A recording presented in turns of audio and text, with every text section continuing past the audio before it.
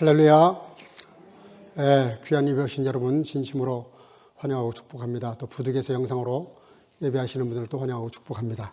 우리 옆 사람과 인사합시다. 잘 오셨습니다. 예배 승리합시다. 하나님은 영이시니 예배하는 자가 성령과 진리로 예배할지니라 하셨습니다. 이제 여러분 모두를 성부와 성자와 성령 이름으로 진심으로 예배 초대합니다. 다 같이 신앙 고백하심으로 주일 예배 시작하겠습니다. 전능하사 천지를 만드신 하나님 아버지를 내가 믿사오며 그 외아들 우리 주 예수 그리스도를 믿사오니 이는 성령으로 잉태하사 동정녀 마리아에게 나시고 본디오 빌라도에게 고난을 받으사 십자가에 못 박혀 죽으시고 장사한 지 사흘 만에 죽은 자 가운데서 다시 살아나시며 하늘에 오르사 전능하신 하나님 우편에 앉아 계시다가 저리로서 산자와 죽은 자를 심판하려 오시리라. 성령을 믿사오며 거룩한 공예와 성도가 서로 교통하는 것과 죄를 사하여 주시는 것과 몸이 다시 사는 것과 영원히 사는 것을 믿사옵나이다. 아멘. 자리에 앉으시고 찬송가 23장을 부르시겠습니다.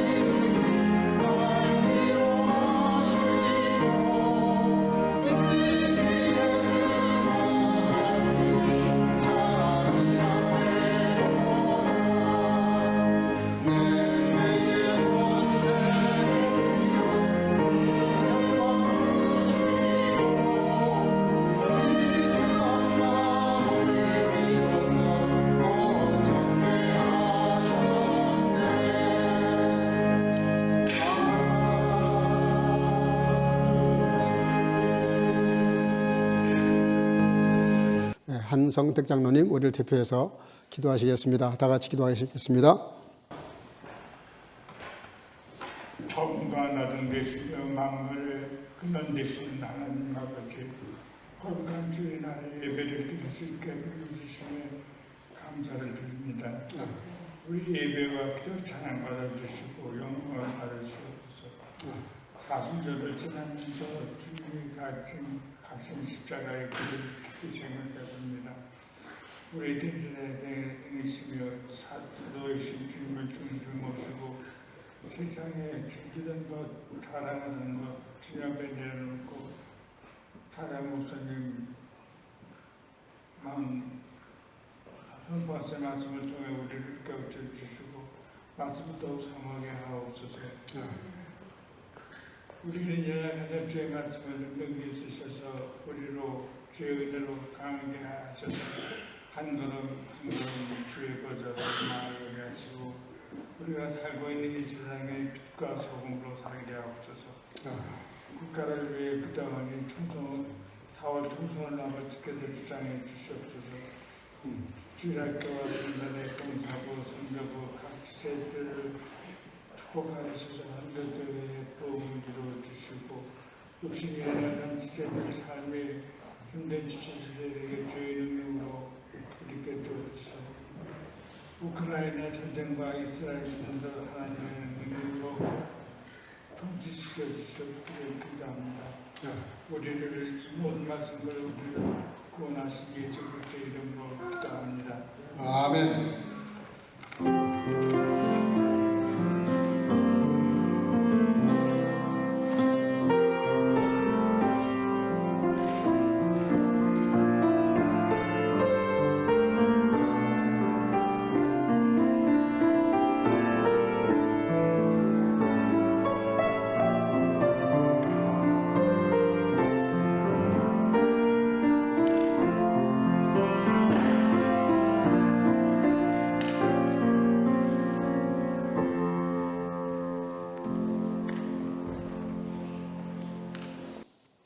하나님 말씀 히브리서 3장입니다. 3장 1절에서 8절입니다. 한 목소리로 같이 읽도록 하겠습니다. 다 같이 1절 봅니다. 그러므로 함께 하늘에 부르심을 입은 거룩한 형제들아, 우리의 믿는 도리의 사도시며 대제사장이신 예수를 깊이 생각하라. 자가 자기를 세우신 이에게 충성하기를 모세가 하나님의 온 집에서 한 것과 같으니, 저는 모세보다 더욱 영광을 받을 만한 것이 마치 집 지은 자가 그 집보다 더 존귀함 같으니라.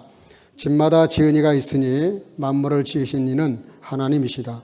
또한 모세는 장래를 말할 것을 증거하기 위하여 하나님의 온 집에서 사환으로 충성하였고, 그리스도는 그의 집 맡은 아들로 충성하였으니, 우리가 소망의 담대함과 자랑을 끝까지 견고히 잡으면 그의 집이라.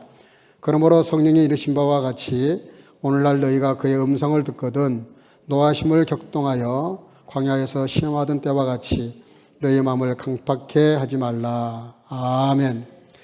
자리에 앉으시고요. 이 시간에 성가대 찬양을 통해서 하나님께 영광을 올리겠습니다.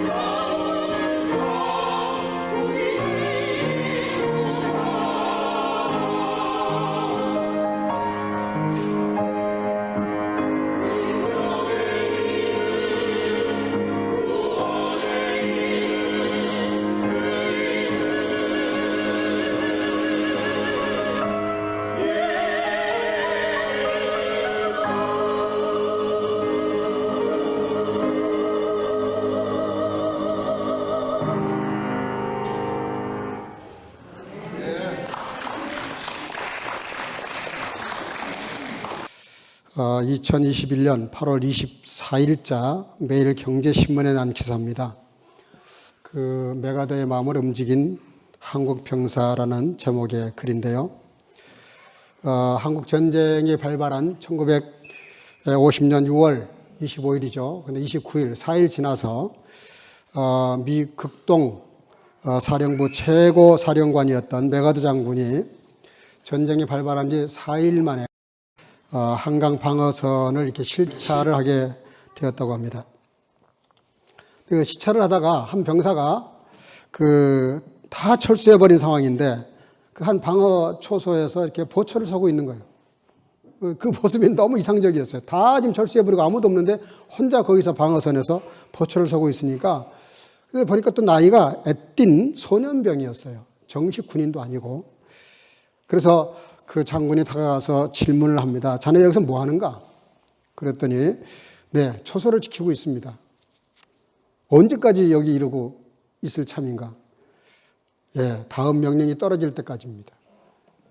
자네 혹시 뭐가 필요한 게 있나? 예, 무기와 실탄을 좀 저에게 가져다 주시면 좋겠습니다. 메가더 장군이 나중에 그 사건을 회고하면서 회고록에 이렇게 적었습니다. 이렇게 나라를 사랑하고 충성스러운 군인이 있는 나라는 결코 망할 수 없다. 전쟁에 질 수가 없다.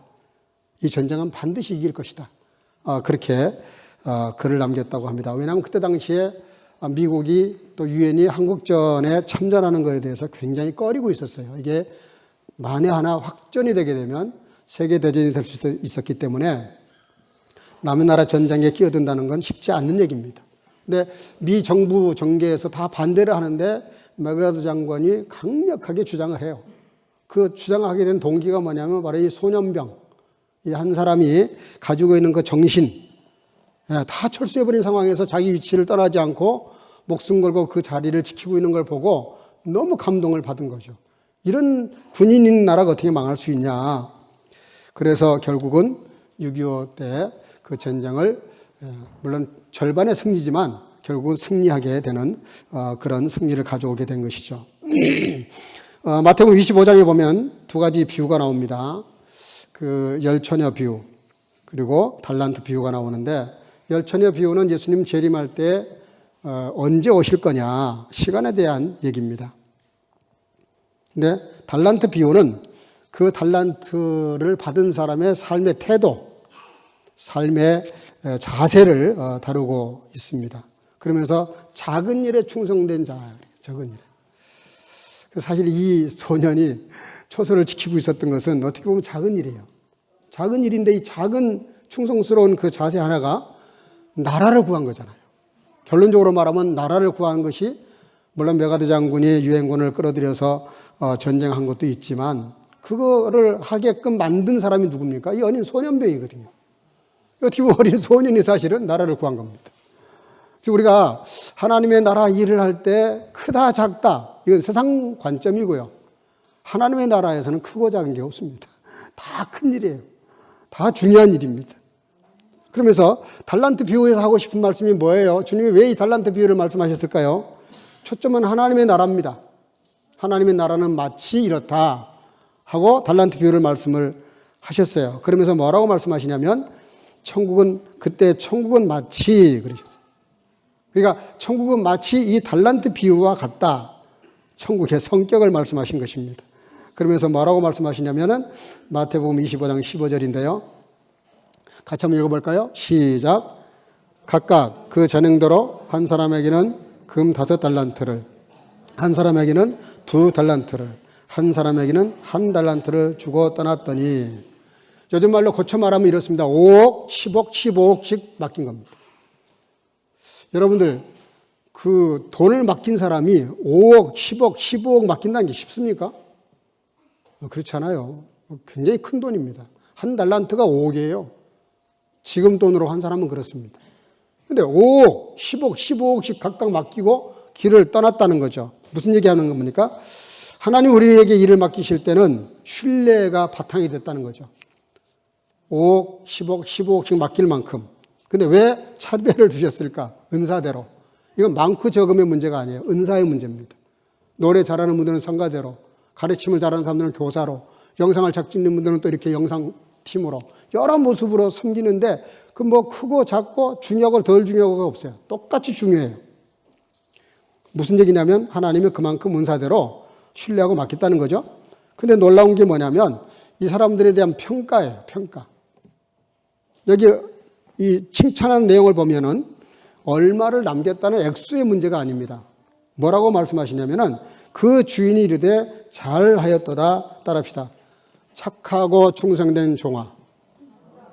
예, 그 기준이 뭐냐면 착하다는 거예요. 착하다는 거. 착하고 충성된 종아. 결과가 중요하지 않아요. 얼마나 남겼냐가 중요하지 않아요. 그렇죠. 우리가 일반 삶에서도 너무 결과를 중요하게 되면요, 사람이 어쩔 수 없이 수단 방법을 동원해요. 그 목표를 달성해야 되니까. 근데 그거는 사람이 목표는 달성할지 몰라도 진실을 잃을 수도 있고요, 자기의 삶의 자세가 하나님 보시기에 괘씸할 수도 있어요. 그래서 하나님의 나라는 결과를 놓고 말씀하신 것이 아니라 삶의 태도, 그걸 어떤 마음으로 감당했냐, 그걸 보신다는 거죠. 초대교회 7 집사를 뽑을 때도 기준이 뭐였어요? 사도행전 11장 24절에 바나바는 착한 사람이요 그랬어요. 초대교회 일꾼을 뽑을 때요, 첫째 조건이 뭐냐면 성령 충만, 굳건한 믿음, 물론 다 좋아요. 중요하고요. 꼭 있어야 돼요. 근데 그보다 더 중요한 게 뭐냐면 착한 사람이 중요한 거예요. 저도 목회 한 30몇 년, 40년 다 이렇게 하다 보니까 착하다는 게 참 중요한 것 같아요. 그분이 뭐 능력이 많다, 은사가 많다, 뭐 엄청나다, 그거 다 필요해요. 네, 거기에 정말 중요한 그 포라우스 제중, 정말 중요한 전제가 뭐냐면 착한 게 중요해요. 착한 마음이 있어야 돼요. 그 마음에 착하지 못하면 그 일을 하는 자세가 흐트러질 수밖에 없고 자꾸 빗나가요, 엇나가요. 그리고 일을 하고도 시험 들어요. 그러니까 제일 중요한 게 뭐냐? 일을 많이 했다, 크게 했다, 적게 했다, 이게 중요한 게 아니고요, 어떤 자세로 하느냐? 착한 마음.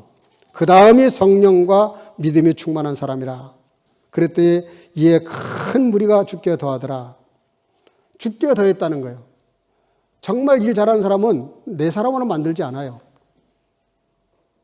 정말 일을 잘하는 사람은 주님께 그가 붙도록, 그가 주님을 의존하도록. 내가 이 사역을 하고 난 다음에, 끝난 다음에 내가 인기가 올라가고 내가 인심을 얻고 내가 뭔가 이렇게 사람들에게 신뢰를 얻는 거 다 중요하죠. 근데 성경은 그렇게 말하지 않아요. 그렇게 해서 결과가 이 사람이 얼마나 더 주님을 의존하게 됐냐, 얼마나 믿게 됐냐, 이게 중요하지. 만약에 그가 너무너무 감동을 받아가지고 나에게 반해가지고 그냥 나한테 막 충성을 한다, 기분 좋죠. 근데 그거는 성서적이질 않아요. 하나님 일을 할 때 저와 여러분들이 늘 잊지 말아야 될 게 뭐냐면 내가 하는 이 일을 통해서 주님의 영광이 드러나야 되고 그가 주님께 마음이 향해져야 돼요. 마태복음 25장 26절인데요.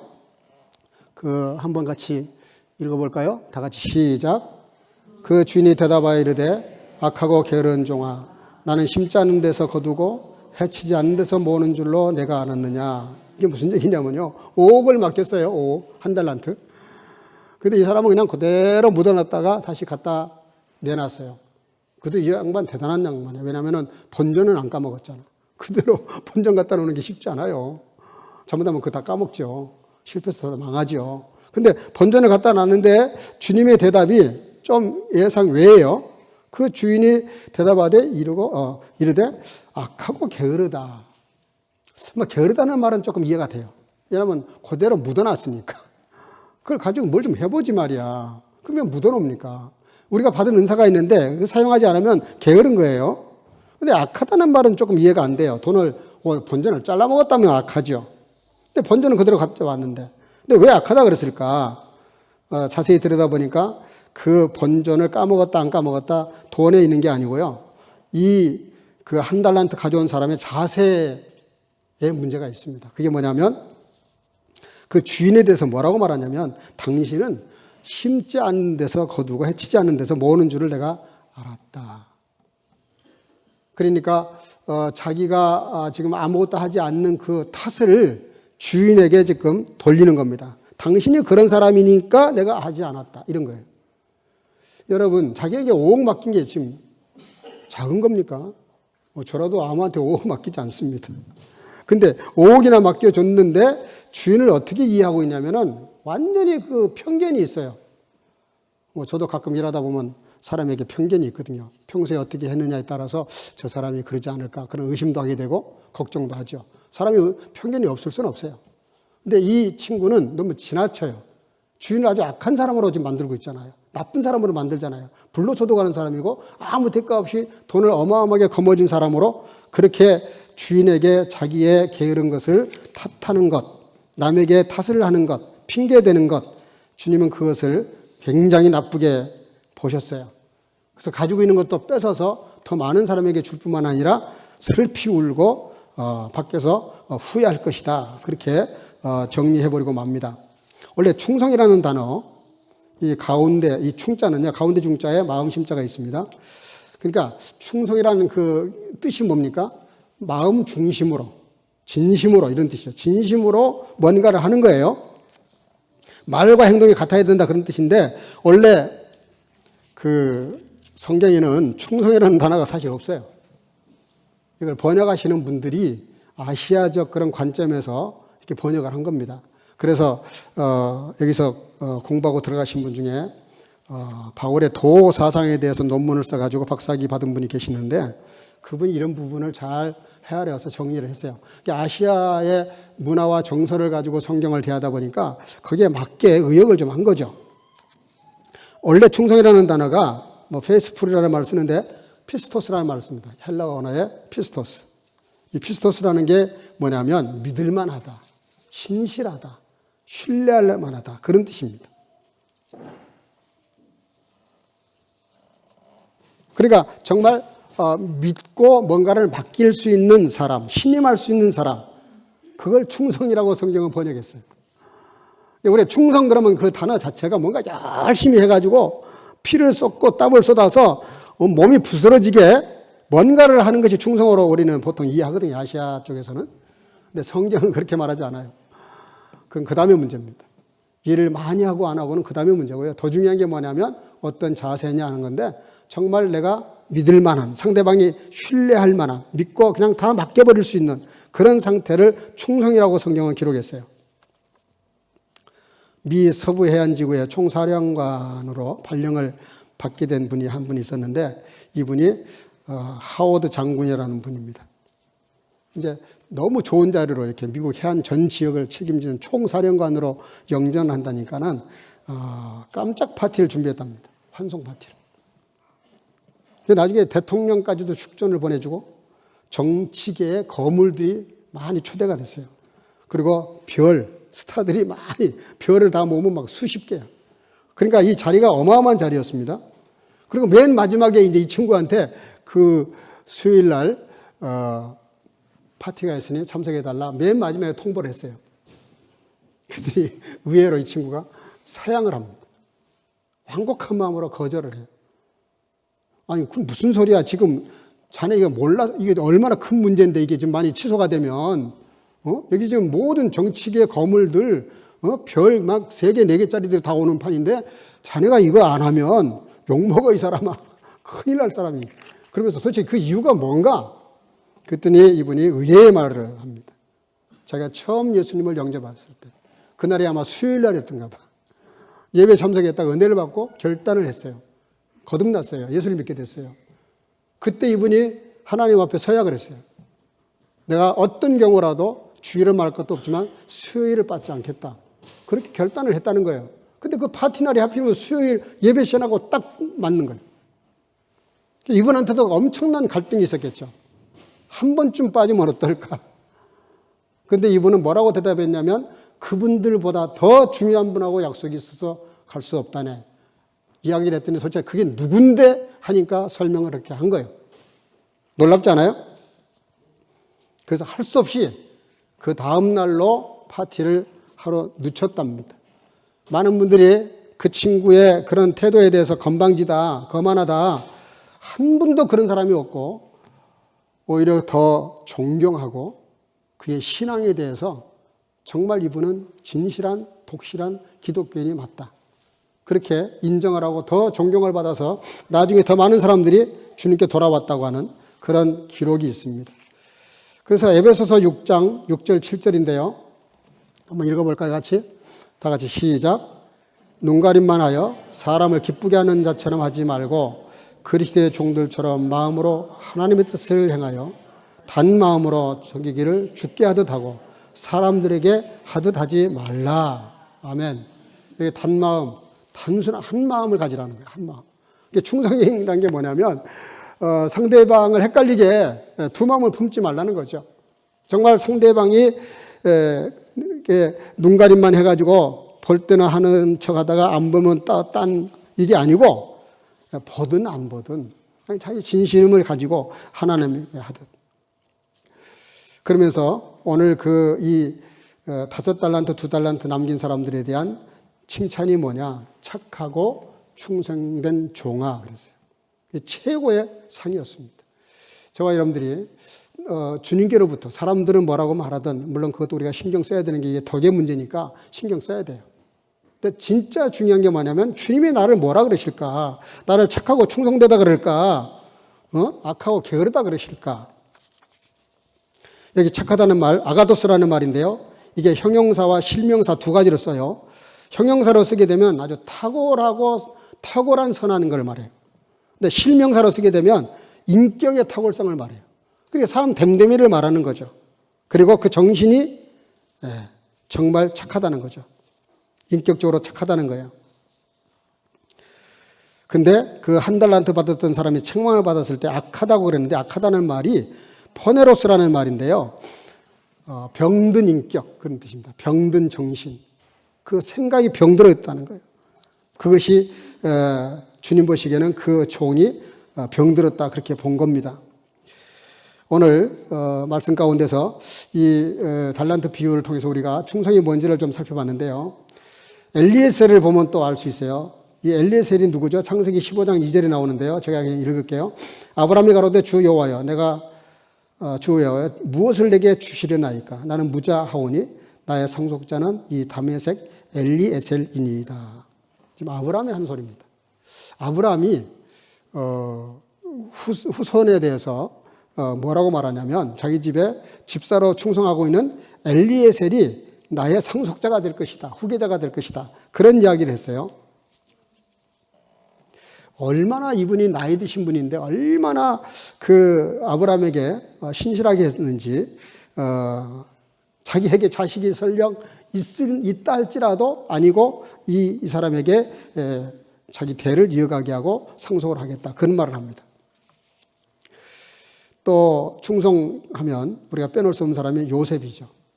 보디발의 집에 노예로 팔려갔는데 신분이 얼마나 신세한탄을 말합니까? 남의 나라 와서, 남의 집에 와서. 근데 얼마나 성실하게 했는지 그 집안을 일으켜요. 생각해 보세요. 노예로 와가지고 한 집안을 일으킨다는 게 쉽습니까? 자기 이속 차리기 바쁠 때 어떻게 그 주인에게 그렇게 충성을 해서 창구가 가득가득 차도록 그렇게 합니까? 나중에 억울한 누명을 뒤집어 쓰고 감옥에 떨어졌을 때도 사실 신태한탄할 만하잖아요. 내가 뭘 잘못했는데. 근데 이렇게까지 정말 추잡한 그런 명예도 떨어지고 감옥에 갇혀서 얼마나 정말 힘들고 어려운 시간이에요. 그 황실 감옥이었거든요. 근데 거기서도 얼마나 성실했던지 그냥 그 관리 책임자가 열쇠를 주면서 네가 관리해라 할 정도였으니까 얼마나 이분이 정말 신실한 분인지 알 수 있어요. 그랬더니 결국은 작은 일, 한 집안에서, 한 감옥에서 충성을 하니까 나중에는 한 나라를 맡겨버리시잖아요. 근데 그 나라 맡길 때 그 바로왕이 한 말이 참 중요하죠. 어디서 이렇게 성령 충만한 사람을 볼 수 있겠냐. 그 예수 안 믿는, 하나님 모르는 분이에요. 바로라는 사람은. 완전히 그 사단의 세계를 말할 때 이집트를 우리가 거론하거든요. 근데 그런 나라의 임금이 요즘 말로 말하면 안 믿는 사람, 기독교, 안티 기독교인, 넌 크리스찬이 믿는 사람을 놓고 지금 그렇게 말하는 겁니다. 그가 얼마나 성실했으면. 그러니까 요셉의 충성은 정말 모범이 될 만한 분이죠. 다윗 시대도 마찬가지죠. 다윗은 37명의 충성스러운 그 부하들이 있었습니다. 그 중에 세 사람 꼽으라 그러면 요압, 야소보암, 엘르아살입니다. 그리고 30명의 이름이 쫙 역대상에 보면 나와요. 근데 정말 더 충성스러운 사람 세 사람이 있었어요. 아비새와 분하와 그리고 무명의 한 용사. 이 세 사람이 다윗이 그냥 그 베들레헴을 이렇게 바라보는 이쪽 진지에서 그 사이에 블레셋 군들이 지금 쳐들어와서 진을 딱 치고 있어요.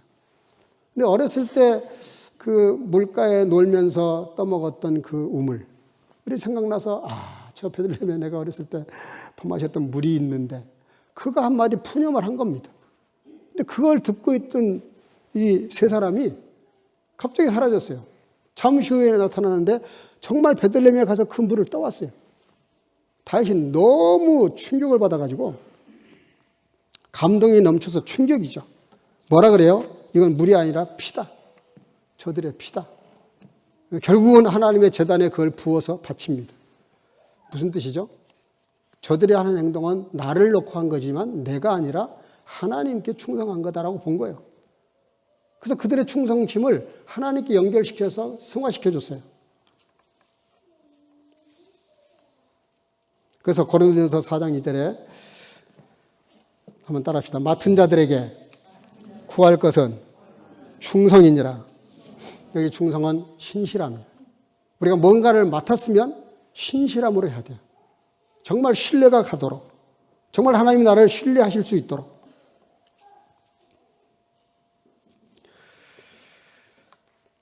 한 번은 록펠러가 한 시골에 사업차, 사업이 아니라 쉬러 갔답니다. 그러니까 그 시골에 그 작은 호텔에 이제 이렇게 예약을 했어요. 그 호텔에서는 이제 비상이 걸린 겁니다.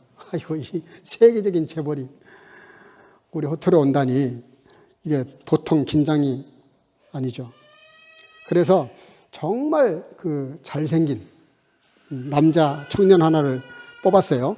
그리고 예절 교육을 철저히 시킵니다. 잘 케어하도록. 그래가지고 이제 록펠러가 한 일주일 동안 쉬고 가기 위해서 리셉션에 와가지고 이렇게 결제를 했는데, 결제를 하면서 결제를 다 하고 지불을 하고 그 젊은 친구 한 주일 내내 자기를 따라다니면서 이렇게 케어를 했잖아요. 그래서 고마워서 팁을 이렇게 줬어요. 네, 그 팁을 받아든 그 젊은 친구가 쇼크를 먹습니다. 너무 팁을 많이 줘서가 아니라 너무 작게 줘가지고. 그러니까 그 록펠러가 가고 있는 그 뒤통수에다가 대고 일부러 들으라고. 와, 세계적인 갑부가 이렇게 사람이 째째할 수가 있나? 이것도 팁이라고 주나? 한마디 던졌어요. 그러니까 록펠러가 가다가 다시 돌아왔어요. 그 젊은이에게 이렇게 어깨를 두드리면서 이렇게 말했다고 합니다. 자네가 하도 예의 바르고 성실하고 정직하게 일을 해서 정말 자네가 우리 회사에 와서 일을 했으면 참 좋겠다는 생각이 들어서 자네를 내가 스카우트 하려고 생각을 하고 있었는데 내가 사람을 잘못 본 것 같네. 그러면서 한마디 던졌어요. 자네가 일한 대가만큼 받는 것은 대가, 아르바이트 론이야. 대가야. 그러나 그 이상을 자네가 나한테 기대했다면 그건 당시 자네가 나에게 동정을 구하는 거야. 세상은 그렇게 살면 안 되는 것일세. 그러면서 등을 두드려주고 갔다는 거죠. 무슨 얘기죠?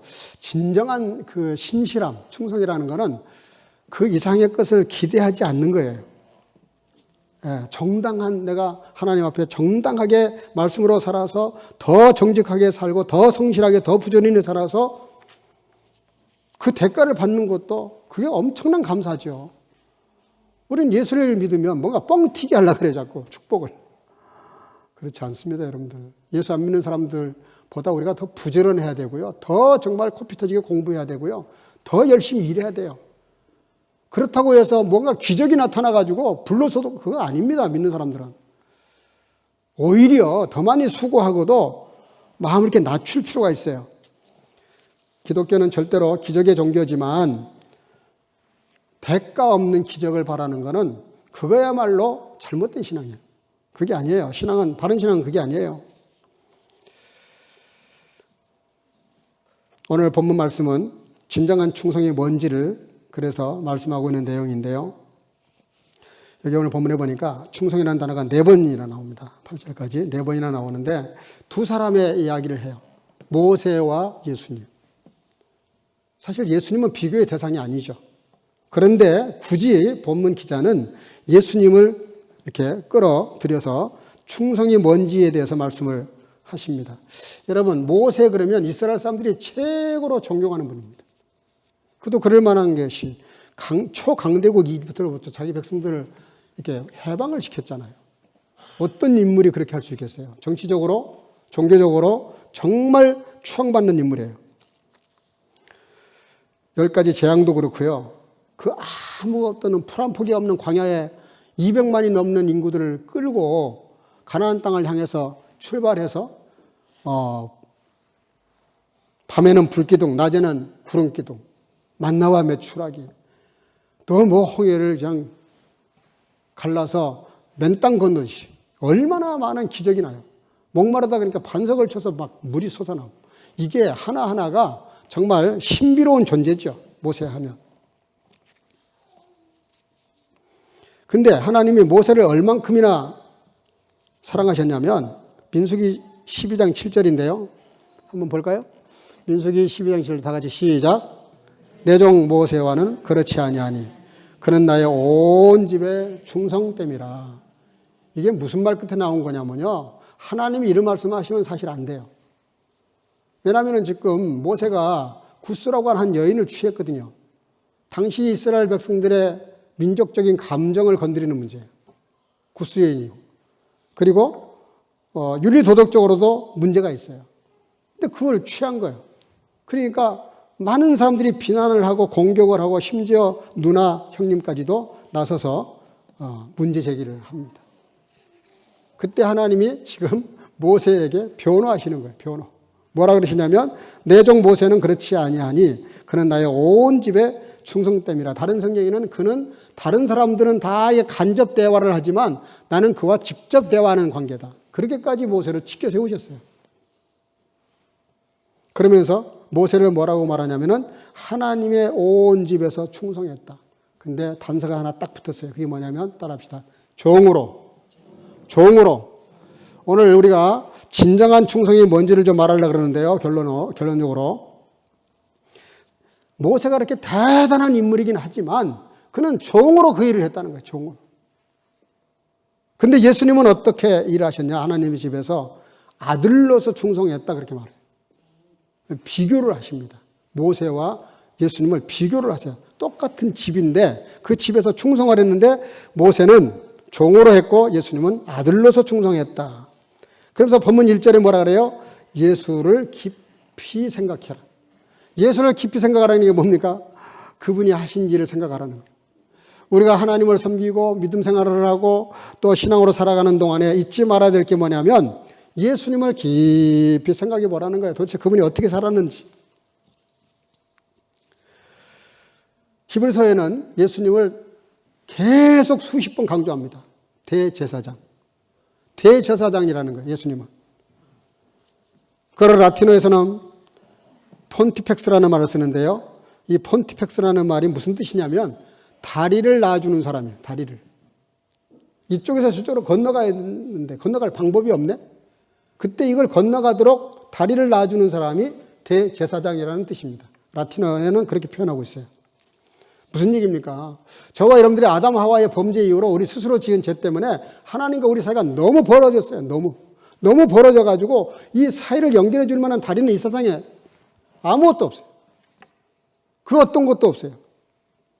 뭐 종교는 다 같다 그래가지고 여기도 구원 있고 저기도 구원이 있다 그러는데 대단히 미안한데 다른 종교에게는 기독교는 유아독존입니다.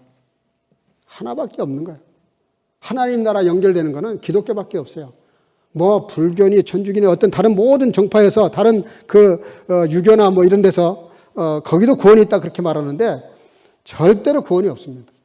불교의 대승이 뭐라 그러죠? 지난번에 한번 제가 말씀드렸죠. 평생을 앉아서 돌을 닦은 분이 내가 헛믿었다. 내가 잘못 믿었다. 나는 지옥으로 떨어진다. 우리 불교는 구원이 없다. 그렇게 선언하고 죽었잖아요. 여러분들, 오늘 본문의 첫째는 뭐냐면 예수를 깊이 생각하라 그래요. 근데 어떤 예수냐면은 대제사장으로서의 예수님, 우리에게 다리가 되어주시는 분. 근데 그분이 별명이 있어요. 별명. 요한계시록 3장 14절인데요. 한번 다 같이 읽어볼까요? 시작. 라오디게아 교회 사제에게 편지하기를 아멘이시여 충성되고 참된 증인이시여 하나님의 창조의 근본이신 이가 가라사대 그랬어요. 예수님의 별명이 뭐예요? 아멘. 예수님의 안에서는 아멘만 있다는 거예요. 예수님 밖으로 나가면 아멘이 잘 안 돼. 근데 예수님 안에서는 뭐든지 다 진리 안에서 아멘이고, 두 번째가 뭐냐? 충성되고 참된 증인이다. 충성된 분이다. 신실하신 분이다. 피스토스라 그랬어요. 그리고 창조의 근본이 되신다. 그러면서 오늘 본문이 뭐라고 말하냐면 그러니까 저와 여러분들에게 뭐라고 말씀하시냐면요. 그냥 이건 제가 읽을게요. 본문 5절 6절인데요. 또한 모세는 장래에 말할 것을 증거하기 위하여 하나님의 온 집에서 사환으로 충성하였고 그리스도는 그의 집 맡은 아들로 충성하였으니 우리가 소망의 담대함과 자랑을 끝까지 견고히 잡으면 따라합시다. 그의 집이라. 그의 집이라. 저와 여러분들은 그의 집이다. 그렇게 말씀을 하십니다. 고린도전서 1장 2절에서는 하나님의 교회라 그랬고요. 이사야 시편 42편 4절에서는 하나님의 집이라 그랬고요. 창세기 28장 17절에는 여기가 하나님의 전이다. 그런 표현이 나오는데 오늘 본문에서는 우리가 그의 집이 된다는 거예요. 그의 집이 된다는 게 뭐죠? 그의 식구가 된다 그런 뜻입니다. 식구, 같이 밥을 먹는 사이. 아버지, 엄마, 형님, 아우, 누나, 동생 뭐 이렇게 한 집안 식구를 말할 때 그의 집을 말하는 거예요. 그의 집. 건물로서의 집이 아니고요. 패밀리로서의 집을 말해요. 우리가 그의 집이 된다는 건 하나님과 한 식구가 된다 이 말이에요. 아멘? 하나님과 한 식구가 된다는데 좀 떨떠름하시네 표정이. 우리가 하나님과 한 식구가 된다니까. 얼마나 엄청난 일입니까? 그래서 예수님이 우리의 교회의 머리가 되시고 우리는 다 그의 권속들이에요. 다 여러 가지 모습으로 그에게 속해 있어요. 그러면서 세 번째는 그의 집으로 살아가는 주의 자녀들이 어떤 자세로 살아야 되느냐. 여기 본문에 보니까 소망과 자랑을 꽉 붙잡으라고 말씀하십니다. 본문 6절인데요. 제가 읽을게요. 우리가 소망의 담대함과 자랑을 끝까지 견고히 잡으면 그의 집이라 그러는데 이 집이라는 말, 오이크스라는 말인데 조금 전에 말한 대로 건물이 아니라 한 가족을 말해요. 그래서 바울 사도가 이렇게 말합니다. 갈라디아서 6장 14절인데 제가 읽을게요. 내게는 우리 주 예수 그리스도의 십자가 외에 결코 자랑할 것이 없다. 여러분들 자랑할 거 많죠? 보면 다 자랑거리가 있는 것 같아요. 내가 다른 건 몰라도 요거 하나는 잘한다. 뭐 자랑해도 괜찮을 만한 실력들도 있고 은사도 있고 대단한 것 같아요. 근데 바울 사도 앞에 가면 조금 얘기 달라져요. 바울 사도는 정말 대단한 분입니다. 그가 가말리엘 문화생으로 모든 학문을 통달한 분입니다. 거기다가 신구약 성경을 완전히 통달하신 분입니다. 하나님의 나라에 대해서 3층까지 올라가서 이미 체험을 한 분이에요. 그만한 분이 없어요. 세상 학문으로도 그렇고 종교적으로도 그렇고 베냐민 지파의 한 인물이긴 하지만 바리새인 중에 바리새인이고 자기 스스로 얘기해요. 내가 자랑하려고 그러면 한도 끝도 없다. 밤을 새워서 해도 모자라다. 근데 그걸 뭐라고 말하냐면요. 이거 다 똥이다, 똥. 이거 변이다, 변. 이거 배설물이다 말이야. 왜 그런 말을 했을까요? 하나님의 집, 하나님의 한 가족이 된 것, 하나님의 한 권속이 된 것, 하나님 나라의 한 가정의 한 권속이 된 것이 너무너무 자기에게는 자랑스러운 거예요. 그 중에서도 하나님의 아들 예수님이 십자가에서 못 박혀 돌아가신 것, 이건 어떻게 표현할 수가 없다는 거예요. 너무너무 자랑스러운 일이어서. 여러분들이 정말 십자가의 도를 알고 나면 다른 것 정말 시시해집니다. 제가 정말 예수님을 만나고 난 다음부터는요, 세상 책을 읽기가 싫더라고. 너무 시시해서. 뭐 자기 딴에는 뭐 깊고 어쩌고저쩌고 뭐 사색을 했니 어쩌고저쩌고 그 깊은 뭐 철학 사상 아이고 예수 그리스도의 십자가의 도를 깨닫고 나면 세상 게 다 부질없게 보여요. 아무것도 아니야 아무것도. 그보다 더 큰 진리가 어디 있고 더 큰 사랑이 어디 있고 그보다 더 큰 은혜가 어디 있어요.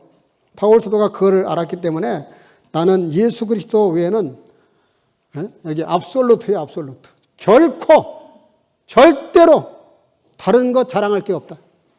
오직 나는 예수님밖에 없다. 그것도 십자가에 못 박혀 죽으신 예수 그리스도. 저와 여러분들도 이 예수님이 자랑거리가 될 수 있기를 주 이름으로 축복합니다. 여러분들 십자가에서 죽으신 예수님을 자랑거리로 아직도 여겨지지 않으면 예수님을 만나긴 만났는데 좀 덜 만난 거예요. 그렇잖아요. 남녀가 서로 만나가지고 서로 알아가잖아요. 적당히 만나가지고는 결혼하기 어렵죠. 제대로 만나서 서로 알고도 사랑할 수밖에 없고 마음이 끌릴 수밖에 없어야 결혼하는 거 아니에요? 마찬가지예요. 하나님의 나라 진리도 똑같아요. 정말 예수님을 생각만 해도 자랑스럽고 너무너무 감사하고 고맙고 때로는 말로 다 할 수 없는.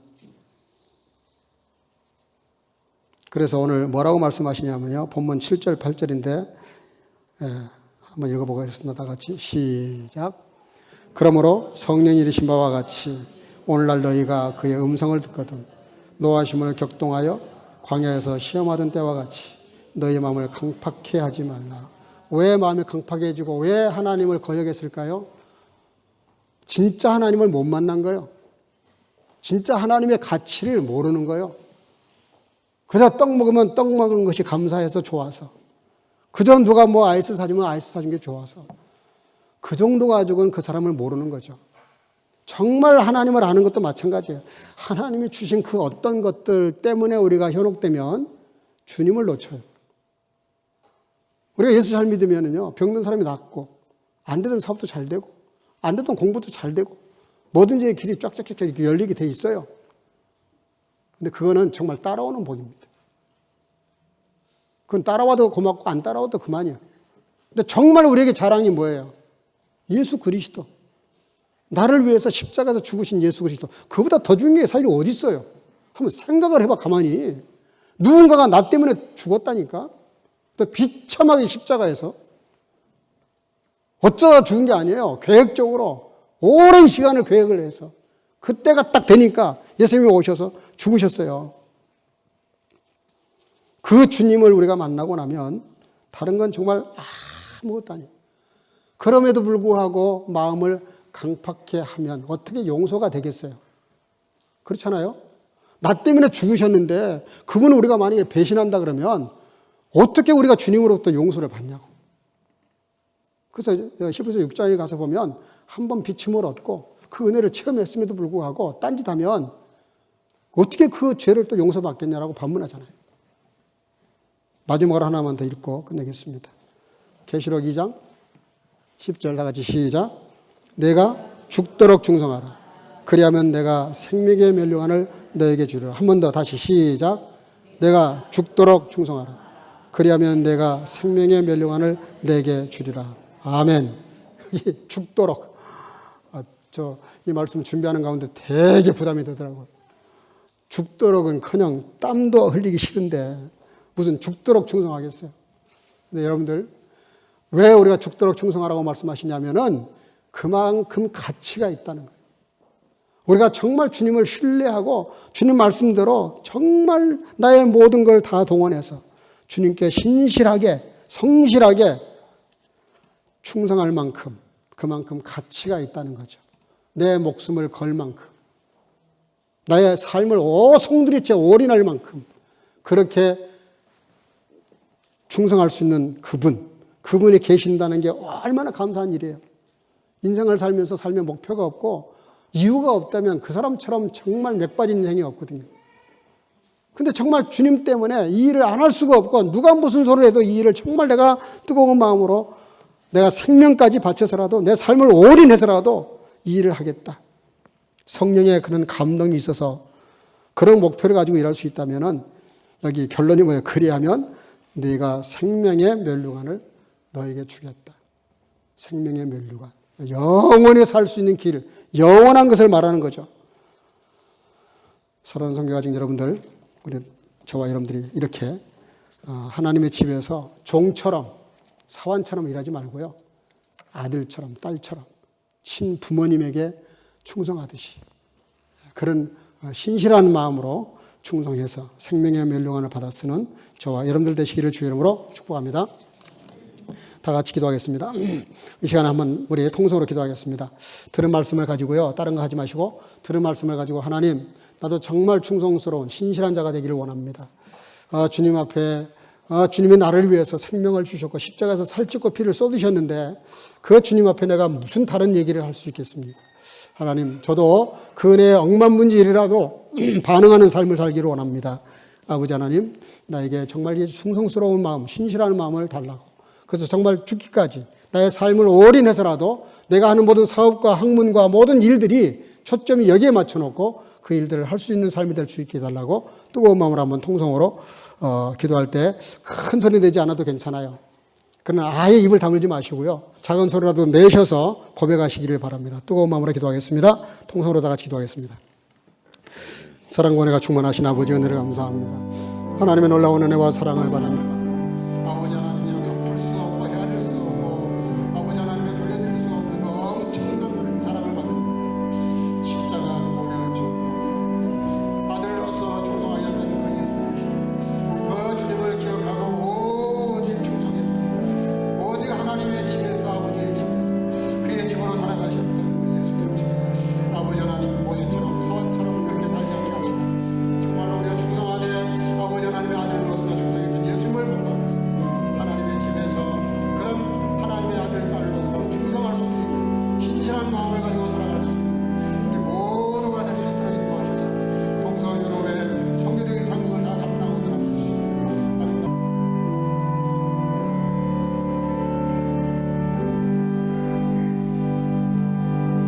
사랑과 은혜가 충만하신 아버지, 그 주님의 놀라운 사랑과 은혜를 깨닫고 우리가 하나님의 집에서 모세처럼 종처럼 일하지 않게 하시고 하나님의 아들로서 일하셨던 그 집에서 집이 되셔서 그 집을 섬기셨던 예수님처럼 아들처럼 섬기는, 자유하면서 그러나 자유하지 않는 사람보다 더 자유하는 마음으로 더 충성스러운 삶을 살아가는 우리 모두가 될 수 있도록 인도하셔서 이 충성을 통하여 동서유럽의 선교적인 사명을 다 감당해내는 우리 온 선교 가족으로 축복해 주실 줄로 믿사옵고 예수님 이름으로 기도하옵나이다.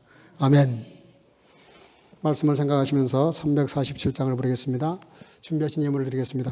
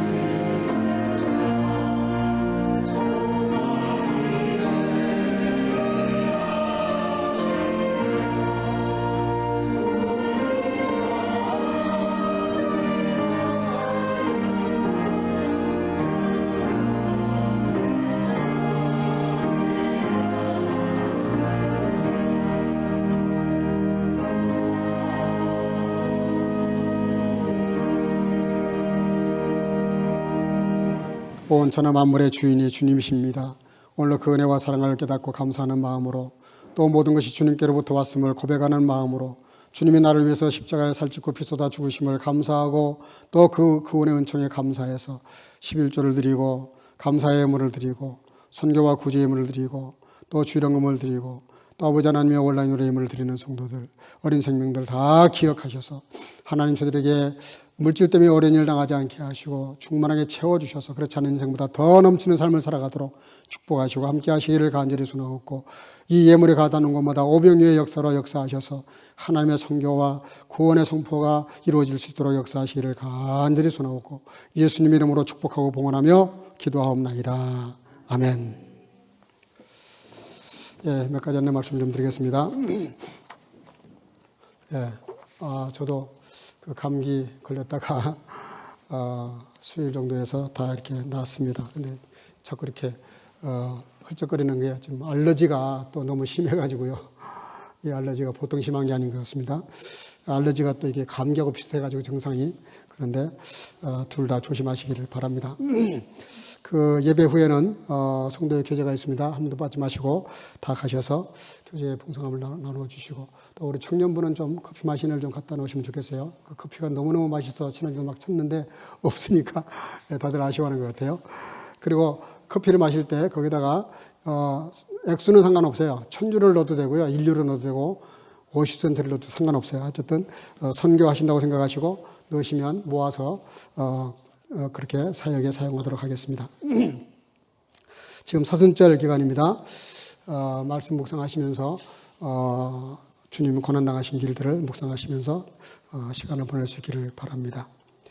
지금 수요 예배 금요 기도에 줌으로 진행되고 있습니다. 수요일 날은 7시 30분, 금요 기도에는 6시입니다. 시간 되시는 대로 다 들어오셔서 같이 은혜를 나눌 수 있기를 바랍니다. 아까 말씀드린 대로 지금 감기 환자들이 굉장히 많습니다. 그래서 기도해 주시길 바라고요. 도움이 필요한 분들은 시간 구애받지 마시고 저에게 연락 주시기를 바랍니다. 우리 옆 사람과 인사합시다. 우리 충성스럽게 삽시다. 예, 주 이름으로 사랑하고 축복합니다. 예, 고맙습니다.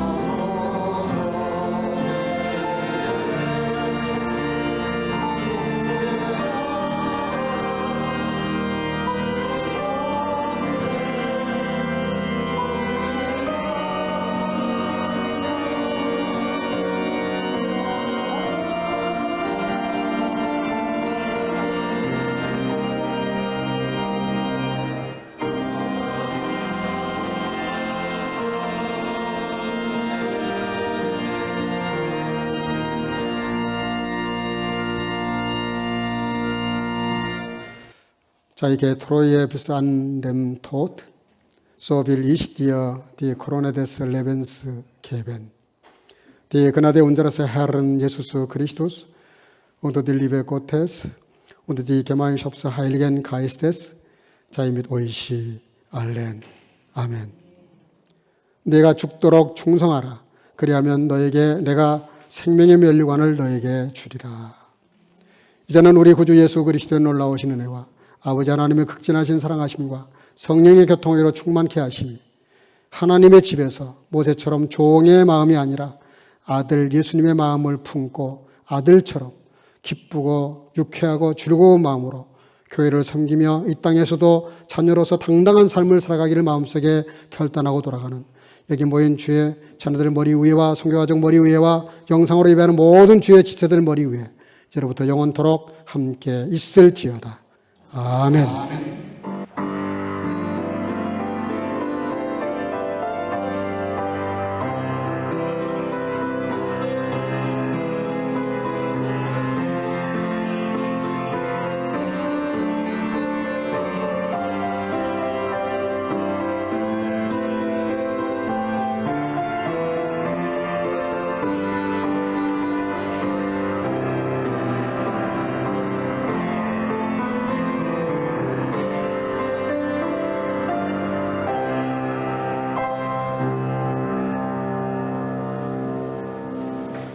네, 예배 마쳤습니다. 오늘은 특별 2부 순서가 없습니다. 다 저쪽으로 가셔서 교제 나눌 수 있기를 바랍니다. 우리 하나님께 영광의 박수 올리겠습니다. 할렐루야.